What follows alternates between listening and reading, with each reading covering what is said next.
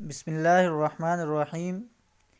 ایک بھائی نے سوال کیا ہے کہ غسل کرتے وقت یا وضو کرنے کے بعد شرمگاہ کو دیکھ لیا یا ہاتھ لگ گیا تو اس سے وضو ٹوٹ جاتا ہے یا نہیں۔ البتہ یہ بات ذہن میں رکھیں کہ غسل کرتے وقت ننگے ہونے کی حالت میں، برہنہ ہونے کی حالت میں بیت اللہ کی طرف آپ کا نہ چہرہ ہو نہ ہی پشت ہو۔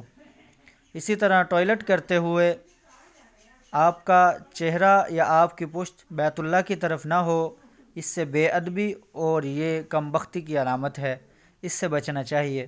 اب یاد رکھیں کہ اگر ننگے ہونے کی حالت میں غسل کیا یا وضو کیا تو غسل کرتے وقت ہاتھ لگ گیا یا وضو کرتے وقت شرمگاہ کو دیکھ لیا یا ہاتھ لگ گیا، اس سے وضو نہیں ٹوٹتا۔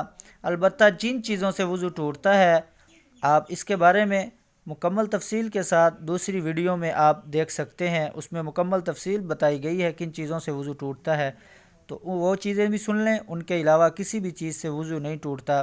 خلاصہ کلام یہ ہے کہ شرمگاہ کو دیکھنے سے یا ہاتھ لگ جانے سے وضو نہیں ٹوٹتا۔